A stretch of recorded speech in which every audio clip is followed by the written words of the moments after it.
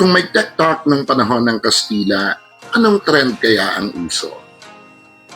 Would Rizal have posted a poem with the caption #Justice for Elias? Let us rewind time and find out how stories from the past show us what people stood for. Welcome back to another episode of Learning is Easy with Teacher Fish.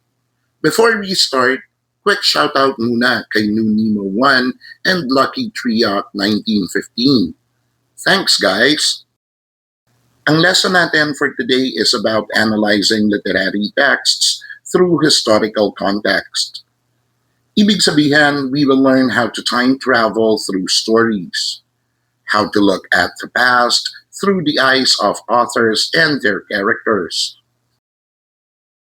Historical context refers to the time period and events happening when a literary text was written or when it was set.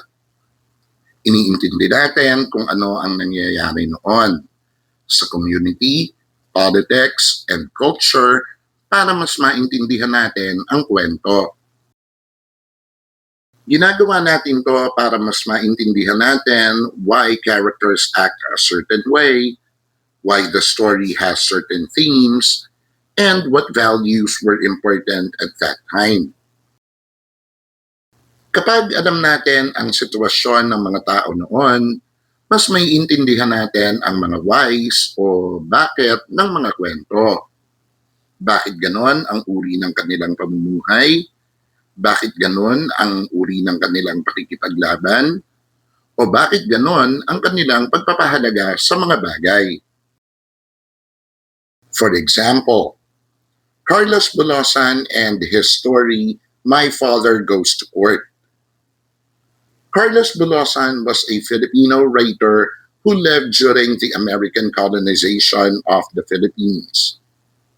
He came from a poor family, moved to America, and experienced racism and poverty. In his story, My Father Goes to Court, a poor Filipino family lives beside a rich family. They can't afford food, but they laugh, sing, and pretend to enjoy the smells from the rich family's kitchen. One day, the rich family sues them for stealing the smell of their food. But in court, the father jingles coins in a can and says, "If you can sue us for enjoying the smell of your food, then here's the sound of money to pay you back." Nakakatawa, pero malalim. So what values do we learn from the story? Yung mga individual values are joy, cleverness, and dignity. While yung communal values naman ay strength and justice. Pagdating naman sa historical context, nung sinulat ni Bulosan ang kwento, Filipinos were facing inequality under American rule. The story uses humor to show injustice and the strength of ordinary people. Mas naiintindihan natin ang message ng kwento kapag alam natin ang pinanggalingan ni Bulosan. Hindi lang ito patawa. May paninindigan din to. Ngayon naman, let's look into another example, Lu Xun and his story, The True Story of AQ. Lu Xun is a famous Chinese writer during a time of political unrest and foreign influence. In The True Story of AQ, a poor man pretends he is winning even when he is clearly losing. He is humiliated and even executed, but doesn't understand what's happening. Again, what values do we learn from the story? The individual values are false pride, denial, and survival. While yung communal values naman are awakening and social responsibility. As for its historical context, Lu Xun wrote this in the early 1900s when China was struggling to modernize. AQ represents ordinary people who accept injustice instead of fighting back. Si AQ ay parang maraming tao noon. Inaapi pero tahimik lang. Ginamit ni Lu Xun ang satire para gisingin ang damdamin ng bayan. This isn't just a sad story. It is a call to wake up and fight for what's right.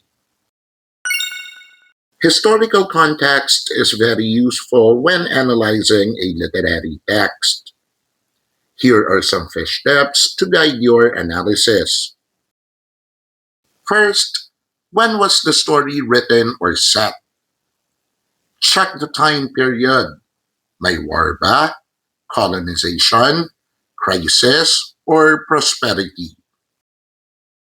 Next, what was happening in society? Look for clues. May disagreement ba sa gobyerno? O may isyung panlipunan? Third, what values do characters show? Does the character's behavior reflect the beliefs of that time? Last, do the events or themes relate to historical events?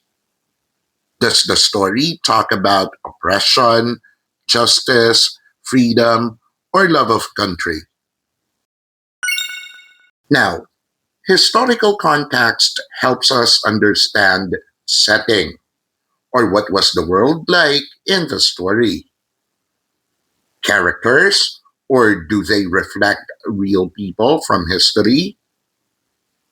Theme, or does the message relate to real struggles? And tone, or is the story hopeful, angry, or nostalgic? So let us check your understanding of the lesson. Choose a story and comment below. 1. Title of the story. 2. Time period it reflects. And 3. One value that shows the historical context. Nice work today, class! Natapos na naman natin ang isang lesson na siguradong makakatulong sa pag-level up nyo sa school, life, and the future. Don't forget to like this video, subscribe to the channel, and hit the notification bell para lagi kayong updated sa bago nating lessons. Pwede nyo ring i-share sa mga classmates and friends nyo para sabay-sabay kayong mag-level up. See you next time dito sa Learning is Easy with Teacher Fish.